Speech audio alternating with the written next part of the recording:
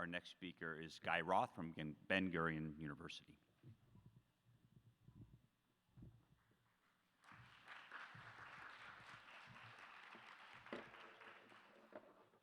Thank you. I would like to thank you for attending. I will discuss emotion regulation styles and learning from academic failures. So we move from algorithm to emotion regulation. But let me start by acknowledging the people I'm working with for many years. You probably know them quite well. Avi Asor, Yaniv Kanat Maimon, and Moti Benita. With Avi, I've started all this line of research, the measurement, the first definitions. Yaniv and Moti are my closest collaborators, and we have many discussions, many arguments, especially arguments, and the research that I represent based heavily on these discussions. I would like also to acknowledge graduate students in our program that take part and lead some of these projects, Jonathan Sharabi, Talevkovich, Nitzan Sharf, and Yael Ostreicher. Jonathan and Tal couldn't attend the conference, but Nitzan and Yael are here, and they presented their posters earlier today. Nitzan presented the research on integrative emotion regulation or autonomous emotion regulation and flexibility of regulation. And Yael presented a poster, a series of studies on integrative emotion regulation, empathy, and support for pacifying policies in the context of the Israeli-Palestinian conflict. I will mention this research later on. So I will start with definition of adaptive emotional regulation in SDT. So we know that individuals differ not only in the nature and intensity of the emotions they experience, but also in how they motivationally respond to them. So like in any other behavior regulation, emotional regulation can be controlled or autonomous.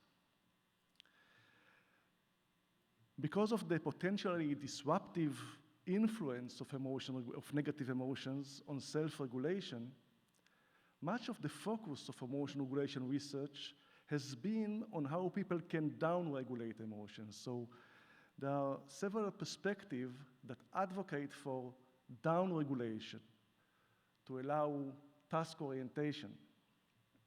However, down-regulation, like up-regulation, can be controlled as opposed to autonomous.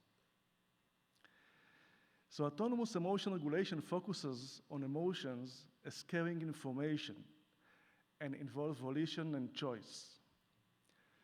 The awareness of the emotional experience and its potential meaning and value may allow informed choices for subsequent behaviors and may result in volitional expression or volitional withholding. On the other hand, controlled emotion regulation involves rigid diminishing of emotions mainly because negative emotions are being perceived as threatening. Unmotivated emotional regulation involves uncontrolled or dysregulated emotions. So we define autonomous emotion regulation as integrative emotion regulation, which is a differentiated awareness of one's emotional state and the capacity to use this sensitivity to regulate behavior volitionally. And integration involves two components. First, a receptive attention to one's emotional experience, and then a more intentional exploration of the experience and its relation to other aspects of oneself. In our past research, we measure integration by focusing specifically on the second dimension.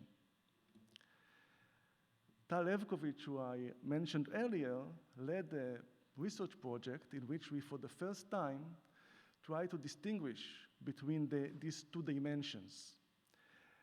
And Tal found support for the hypothesis that the first dimension, the receptive attention, opens the door to the second, more intentional exploration. Before moving to failures, I'm eager to move to failures, but before doing so, I would like to elaborate a little about past research on outcomes of integrative emotion regulation. So past research, there are mainly 3 lines of research that indicates that integration promotes well-being, contributes to high quality of interpersonal relationships, and Moti Benita found that there is also evidence of adaptive goal pursuit. He presented his research earlier today. And this research is based on experimental studies and correlational studies, and I would like to expand a little about each of these line of research. So integrations of better well-being, we have in several studies in various cultures. Moti and Lenny Amatos found it in Peruvian, Brazilian, and Israeli samples. Catherine Berning found it in Belgium. Hood and Philippe found it in Canada. And in Israel, we found it in several studies. These are the most recent. One of the consistent findings in this line of research is that taking interest in negative emotions is negatively associated with negative emotions. And this may seem paradoxical. You take interest in negative experiences, and you feel less of those over time. And we think that there are 3 processes that may explain this negative association. First, it seems that people who integrate their emotional experiences are less likely to ruminate, and we know that rumination maintains the negative emotional experience. They are also less likely to experience negative meta-emotional reactions, such as feeling guilty about feeling fear, or feeling shame about feeling anger. And they also may be immunized. In a series of experiments, we found that when getting integrative emotion regulation instructions at the first exposure to negative emotional eliciting stimulus,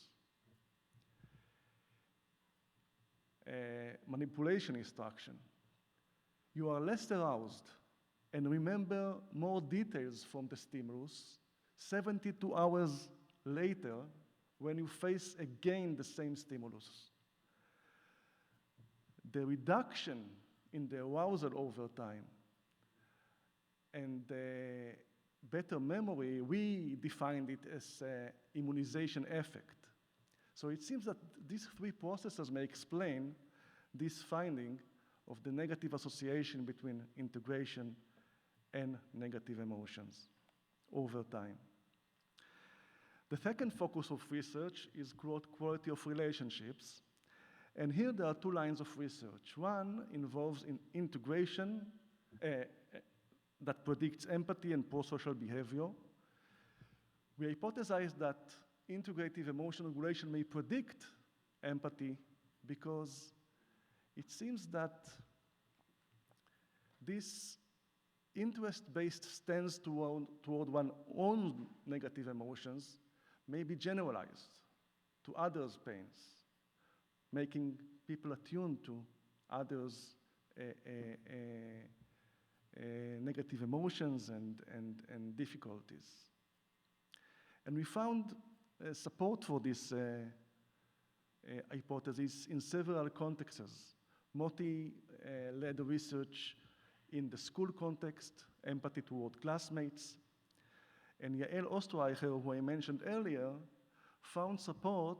She found actually that integrative emotion regulation of Jewish Israelis predict empathy and support for pacifying policies in the context of the Israeli-Palestinian conflict, even in conflict escalation. The second line of research is intimacy. And here, based on experimental and correlational studies, we found that integration predicts sharing emotion with partners. And it also predicts support a partner who expresses negative emotions and difficulties. And Moti Benita found quite consistently that integration predicts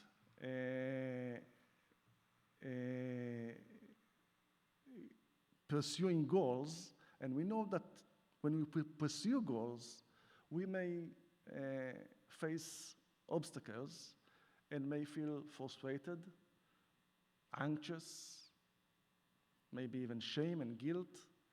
And it seems that integration allows people to use the emotional experiences as information in the service of the goal pursuit.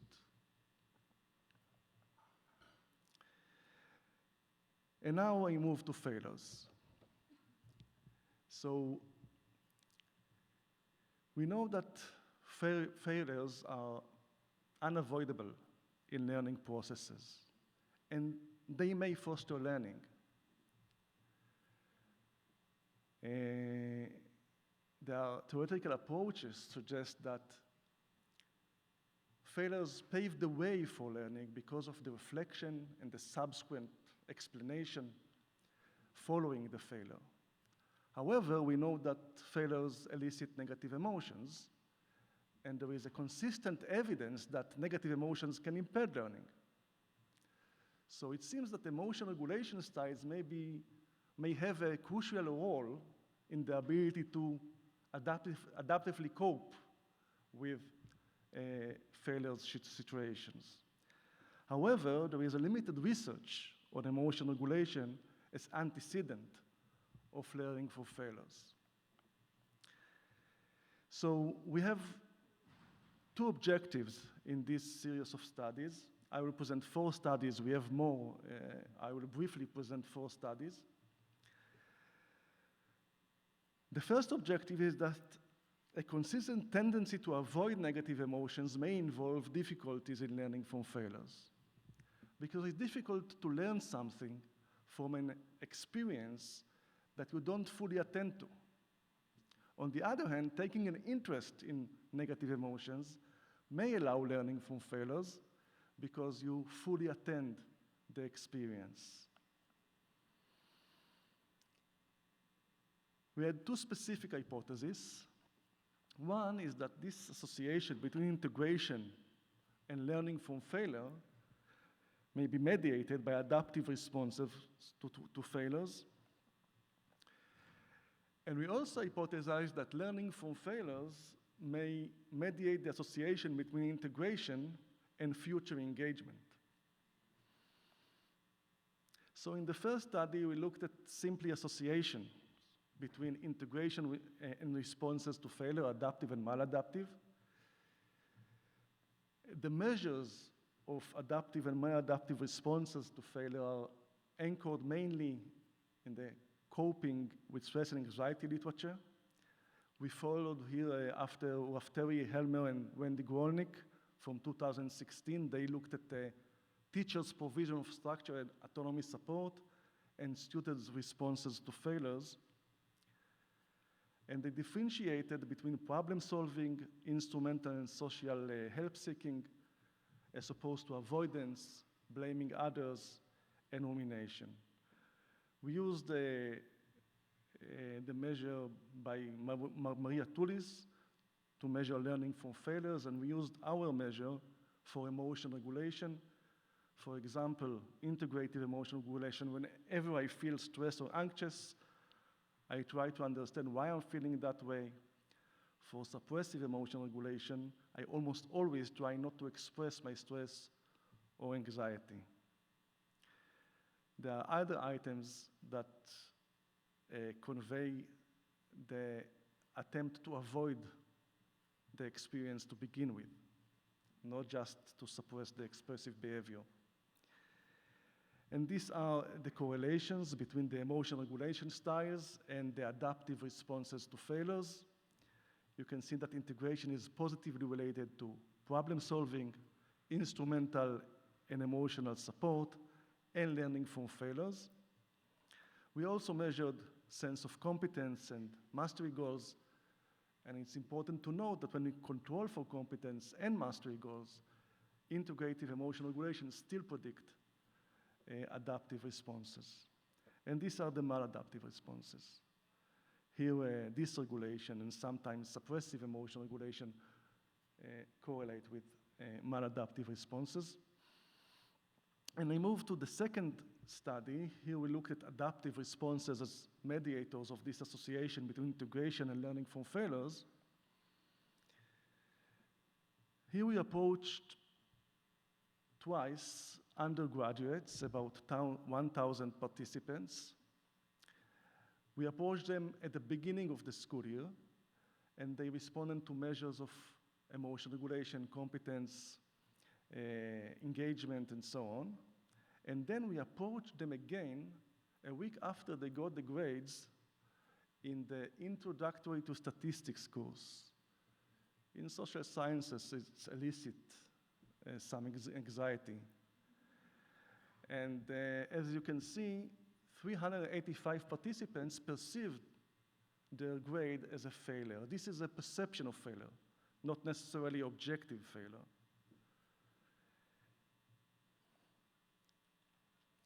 Here, for learning from failure, we used another measure by Dressel and colleagues. We adapted it to the specific statistics course. After I failed the test, I focused on topics I realized I wasn't very good at.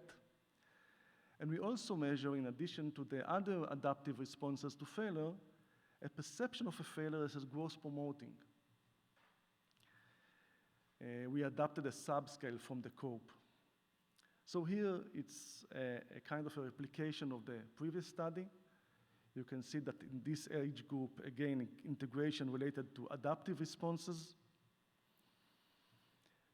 and suppressive emotional regulation and dysregulation to maladaptive responses. And now we look on this process. You can see that seeking social support, it's a combination of seeking emotional and instrumental support, and perception as failure as growth promoting, mediate this association between integration and learning from failure. We controlled for competence and engagement from the first measurement. Now I move to the third study.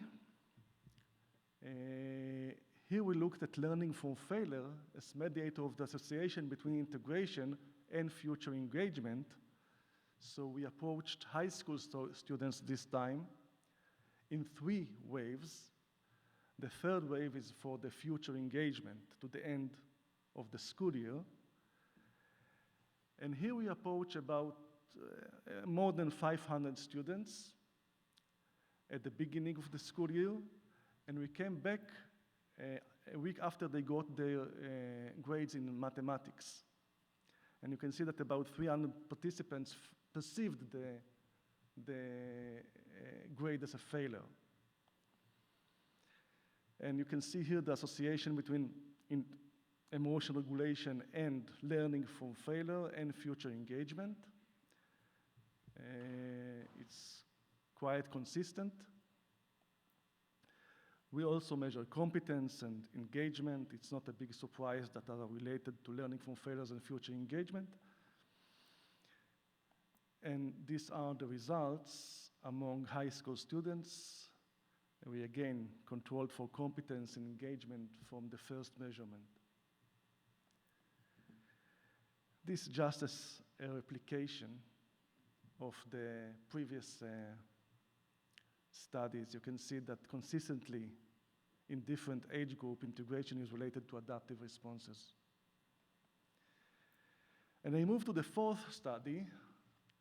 Here we approached undergraduate students in the engineering faculty.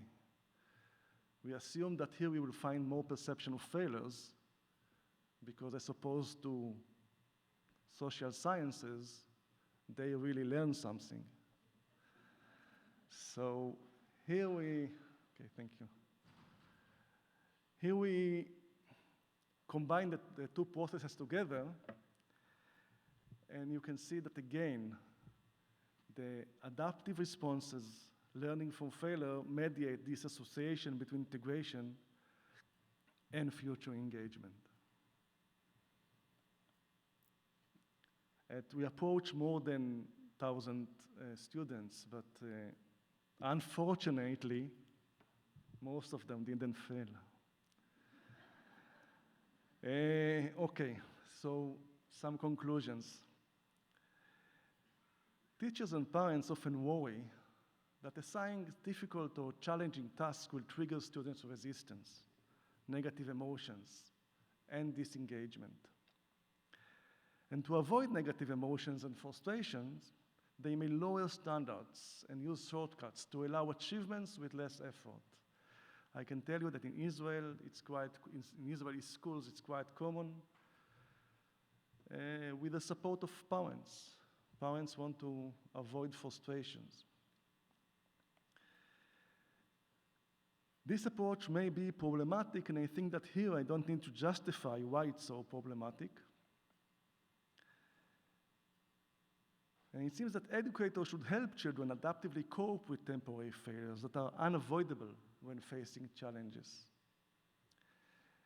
So the present research findings suggest that the ability to be attentive to negative emotions may facilitate learning even in the face of frustration. And just to conclude, it seems that the ability to take interest in negative emotions is associated with adaptive behavior in domains that frequently elicit negative emotions, such as relationships, goal pursuit, and academic failures. Thank you.